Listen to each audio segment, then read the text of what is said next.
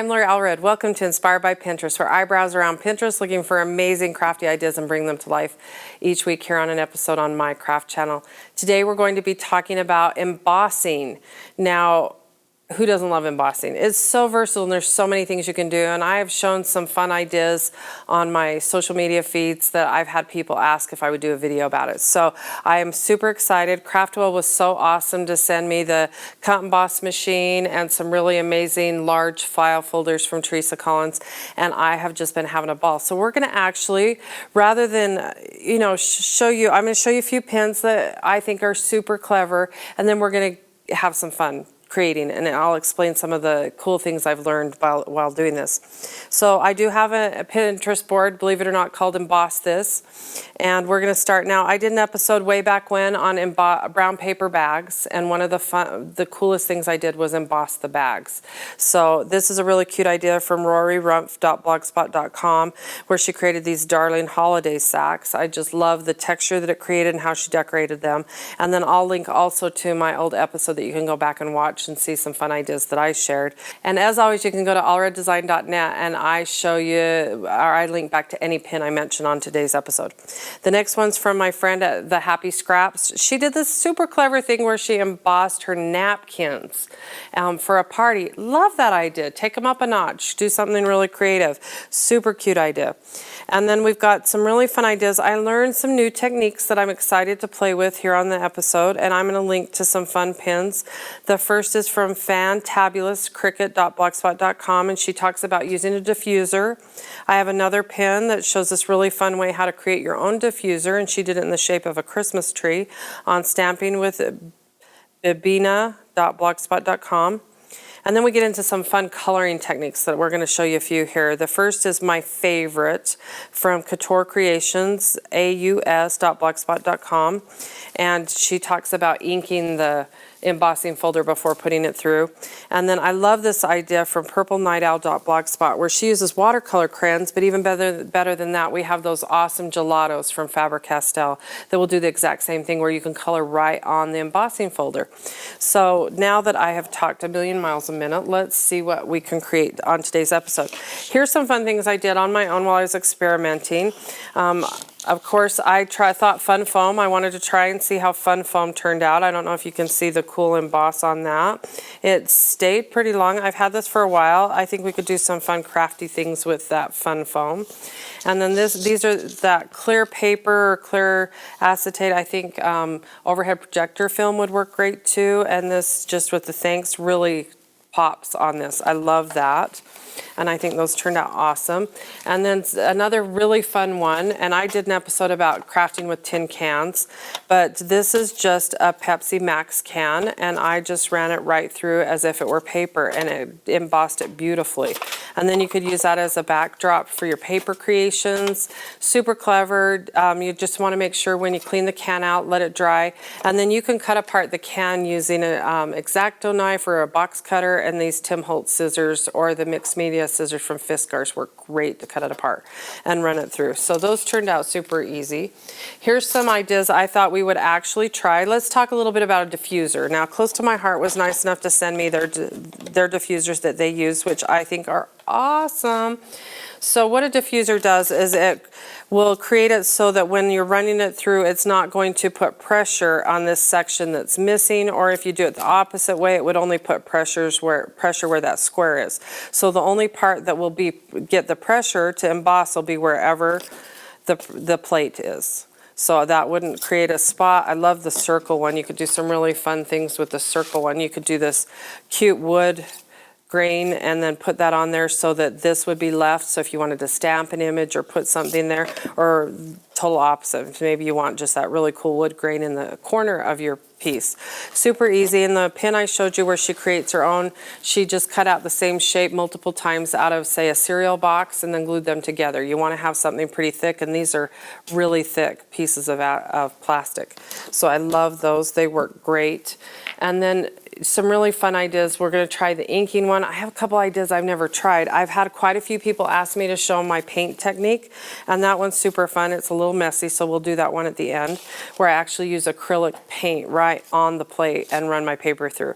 It's a little harder to control the look of it, but if you like that mixed media look, it's super fun. And it's a little fun, but then you have to scrub all your embossing plates. So we'll do that one at the end.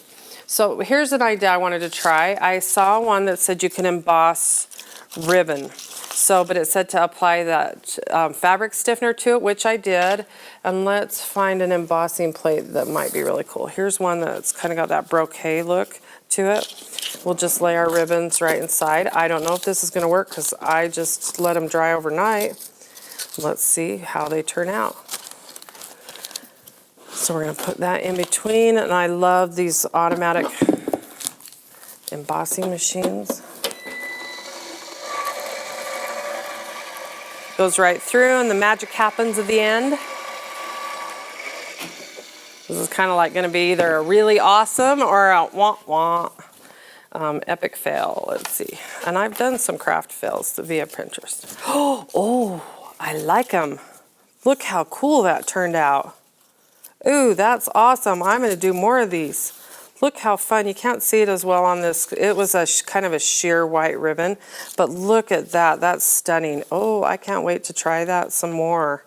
Ooh, I'm excited about that. I wonder how it would do on like textured ribbons. We're going to play around with that. Here's another one I was super excited to try out. Let me find my paper. I've brought some really fun things. Oh, here we go. So I've seen people do duct tape before, and I thought I'm going to give this a try because we have quite the stash of duct tape at our house. So let's use this cool chevron folder. And I want my duct tape to kind of go that way. So this is, what I've done is I've taken a piece of cardstock and I've applied the duct tape to the top, which is one way to do it. And then this one, I have two pieces of duct tape back to back. So I'm going to put that in there, and let's see how that one turns out. We'll see.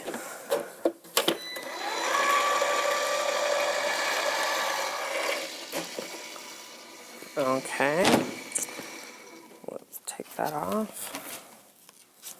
Open this up. Oh, well, the paper looks awesome. Oh, look how awesome that turned out. Ooh, and they have some fun. You could do silver. Look how cool that is. And I love that it's still pliable. So if you want to do something super crafty, I challenge you. I'd love to see what you can all come up with this. And then I love how that sticks with the paper as the backer. We could have a lot of fun creating some fun details with that. Ooh, I love that one too. I'm super excited. Okay, another one I wanted to try I came up with in the middle of the night. So I always have, why not? I wanted something that looked metallic. You've done vellum. I have some acetate. Ooh, another thing close to my heart was nice enough to send me their stash of cardstock, and their cardstock is white core. So they have some beautiful colors, and the great thing about white core obviously is you can sand it and really bring out that texture. So I haven't had time to create cards, but at least, so I took a piece of just textured cardstock, this is my Doodlebug stash, and ran it through my Xyron Creative Station to create a sticky backing along the whole thing. And then I thought it would be fun to, I want some aluminum. I want it to look like I embossed metal, but didn't. So this is just cheapy aluminum foil. Let's see, that's probably a big enough piece. You ask why I didn't leave it in the box?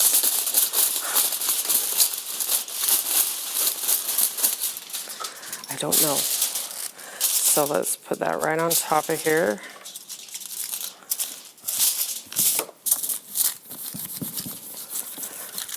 So obviously for my OCD, I hate that there's wrinkles in it, but that might actually make the texture look super awesome. Let's do this gorgeous, I don't know, flowers, or, oh, this might be a cool one. So obviously this will work on the smaller folders. These are my old Cuttlebug folders. Oh, that's the same design. How cool am I? So we're just going to tuck that right in there.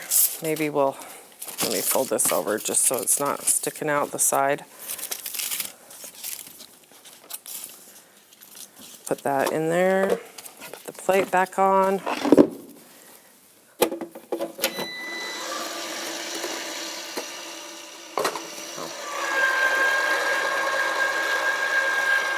Just have to give it a little help at the beginning. Oh, I think I'm gonna like this one.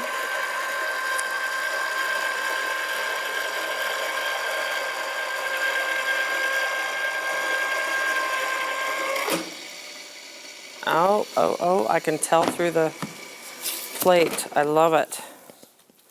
Oh, that's stunning, and the wrinkles are gone. Is that not the coolest thing ever? Oh my gosh, I cannot wait. Probably if I were doing shapes and whatnot, I'd cut them out first, put the aluminum foil on it, and then, because I'm afraid if I go to cut this, I'm gonna lose a little bit of that embossing, but oh, that's gonna be stunning. I may need to do that for some cards. Cool, love it. Okay, so we're super excited about that. Let's pull out so many choices. Let's do our paint one. I wanted to show you the paint. Now, if you were doing the inking, I love the way the inking works. Let's do the inking on this one. So if you were doing it with an ink pad, you just go over the top part. You don't want to get it too far down. You don't want to get it down in the grooves because you want that white to still show through on your paper. So just take your ink pad, kind of coat the area that you want. I think I have it big enough for, say, the face of a card. I have some pieces of 6x6 cardstock. So I'm going to put that right there. Run that through.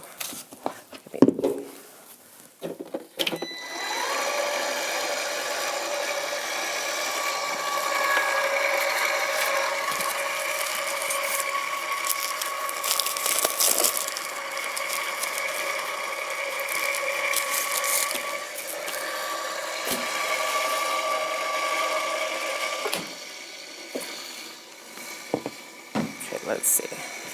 Now I'm not a stamper, so this might be, oh, I like that. I probably would have done it a little bit heavier on the ink, but I love the texture it gave it behind it. Ooh, that would have been really pretty. I probably should have inked this side so the top of my design was inked. See, we learn something new every episode. So I'm going to play more with that because I love that technique. Now I'd probably just take a wet wipe and clean that off or run it under some warm water. So let's do my paint one. This is the one I get asked about the most.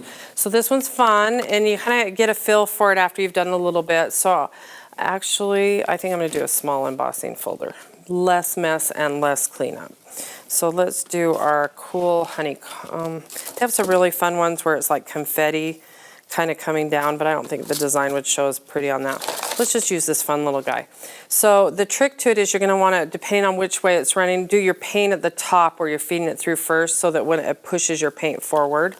And so I'm going to take, just for maximum effect, I have some of this, preferably one that's been opened. Oh, here we go. It's even dried on it. Just run a little bit of a bead across the top.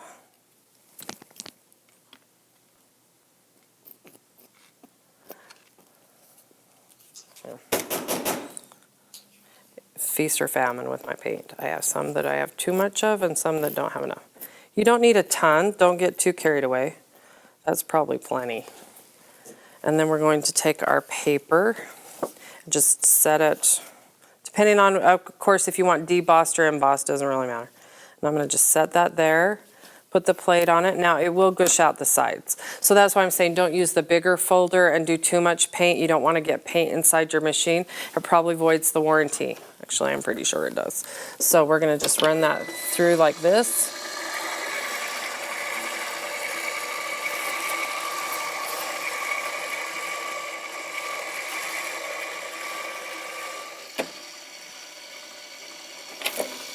Super easy to do. You can see I got a little bit of the paint transferred onto the top piece and along the, let's see what this looks like. I probably did a little bit too much paint. I kind of dig it though. Super cool. Play around with that one a little bit more. So you can get, you notice I experimented quite a bit to get different effects. So I either had too much paint, not enough. You could use a brayer if you wanted. But I love the mix media kind of rough look of the paint style. So you could have a lot of fun with this technique.